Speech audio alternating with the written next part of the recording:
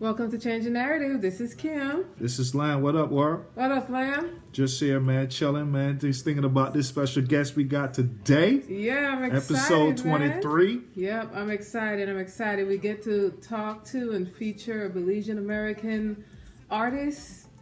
For sure. I'm definitely excited to speak with him today, man. For sure, man. This is one of my homeboys, man. We won championships in high school, won North Games and championship as Future Shock Youngins, man. You know what I mean? He's one of Belize's talented artists, man. Out of Western College, you know what I'm saying? He's a conscious Rasta reggae artist, you know what I mean? Right. With a heavy spiritual message, man, a message that needs to be heard worldwide. So, Right. yeah, man, tune in for my man, Ja Miracle. Ja Miracle. Word up, All right. yeah. So let's get back to the foundation, man. Let's go back to where it all started, Kim. So, what you got for him? Well, for us who don't know you, we just want to know a little bit about you. You know, I know that you played ball with Lamb. So why don't you tell us maybe just a little bit about your foundation? Like, where in Belize are you from? You know, how did you get your start as a basketball player? And then we can gradually move on to how, you know, you got to where you are now. Yes. Belize City. Originate. South side of Belize. I've know the whole thing already. Did a lot of tournaments together. Lam know the whole deal when it comes to that.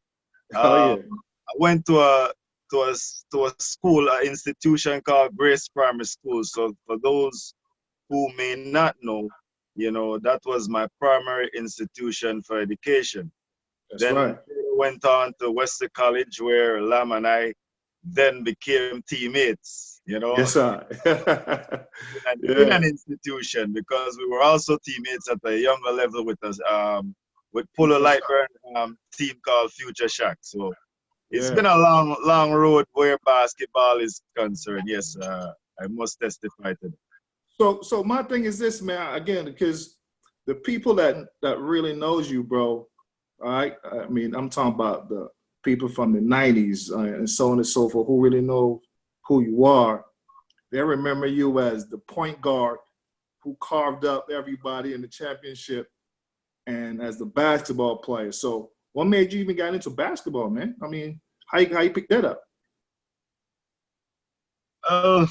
Some things are just inherited through the bloodline, you know. Natural talent. Exactly. So I've been around some of the greatest that have or may have not had the opportunity to become internationally known, you know, Right. in Belize. I can say, you know, we had countless, you know, ones amongst our community that That's right. I can guarantee had better skills than Michael Jordan. You know what I mean? So, Word. and I also even though he was a great rival of Michael Jordan, Isaiah Thomas, you know, I've seen, you know, these type of level of talent and skill right amongst our community, which influenced I as a youth, as a child, you know, growing up, you know. So, you know, it's a wonderful thing to know that you're born in that nest or you grew in that nest, you know. It's a Right. treasure. Yeah. Right. So my thing is this, bro, because the last time I saw you, man, was probably 1997, 98, bro. And you were killing, man. So I would like to know, man, what was one of the most difficult times you had, I mean, in regards to just sports? Like, what was the most challenging things that you find yourself coming out of where we came from? Because, I mean, what a lot of people don't understand, man, is where we really came from. You know what I'm saying? How it was and all the influence. We lost a lot of our friends to the streets and so on and so forth. So a kid like in Belize will probably look at you and want to know how the hell you make it out of that. So what would you say is the thing that got you to move towards this direction, man? Well, speaking towards the direction of where I'm at now, and where I was going at that time, it's an interlink that requires a long dialogue. But I'm gonna try to make it short as much as I can. Um, Staying focused while going through, all the calamities that faces us in a country such as Belize. Like we all know it, we especially like Lam said earlier, Clinton Fuller said earlier, South Side. So when you talk about South Side, you're talking about a lot of hardship. They have Yeah. it's called Mesopotamia. If we break down the etymology of that and go deeper into that, we can see that it's a thing that, or a place where one's come from that faces a lot of tribulations. You know what I mean? Oh yeah. So Oh yeah. it's a hard thing to stay focused on the journey if you don't have a firm meditation or a desire to reach where you want to go. So it was very important for us to make up our mind, even though we're influenced by all the negativity, to stay focused.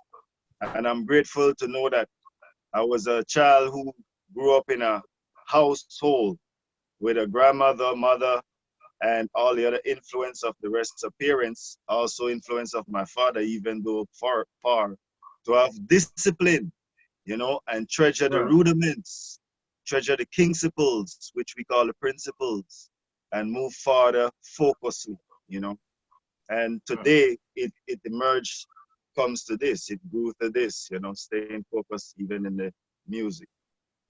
Yeah. I mean, for me, man, like I always, trip out and look, think back about how it was back then for us.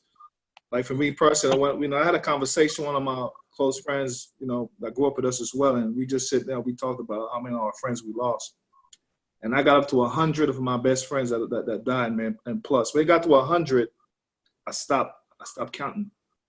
You know what I'm saying? And one of the most hurtful thing for me was to see one of our guys that grew up with us, man, Cleveland Mayor, you know what I'm saying? He's one of our, you know what I mean, foundation kid, man, and like he was supposed to be here with us, you know what I'm saying?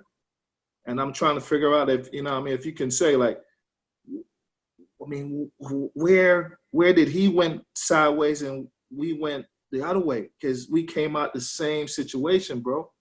And I'm trying to, I don't know, I'm trying to understand like what happened with that. Well, we can examine a situation of such for a number or a large body of ones who experience that. However, we can also speak directly when it comes to who is immediately, in our communities, especially a close friend as such. But on a general scale, I like to speak and not to pinpoint an individual. I think we have leaders, which we all know, that have the ability to create more facilities and more institutions of, not correctional institutions, but institutions of betterment now. So when we look at these such situation of an individual ending up in we got to start from the root, and it's not gonna be explained just for one, but for a large number, even though it might affect us closely.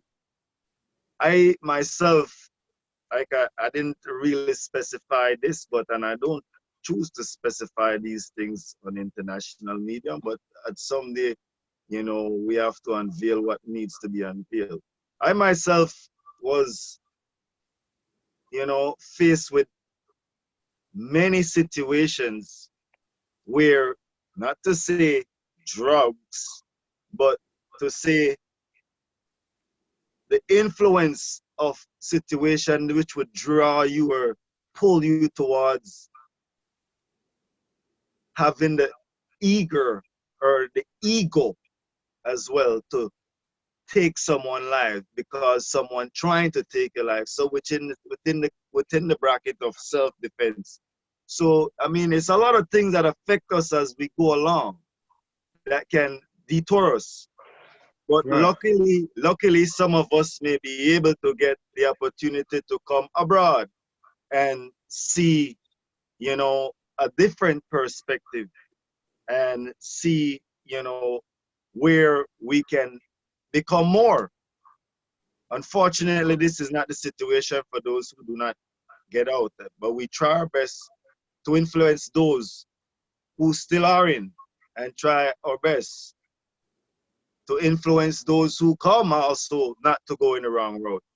You know, Right. but Right. it's heavily dependent upon our communities and sufferation. I'm gonna tell you that, because if a man, and mostly on a not to hold this conversation too long, but on a percentage scale, if a man grows up in a household where he has mostly everything he needs and can go to school and maintain his education and have the right influence and have the right financial backing.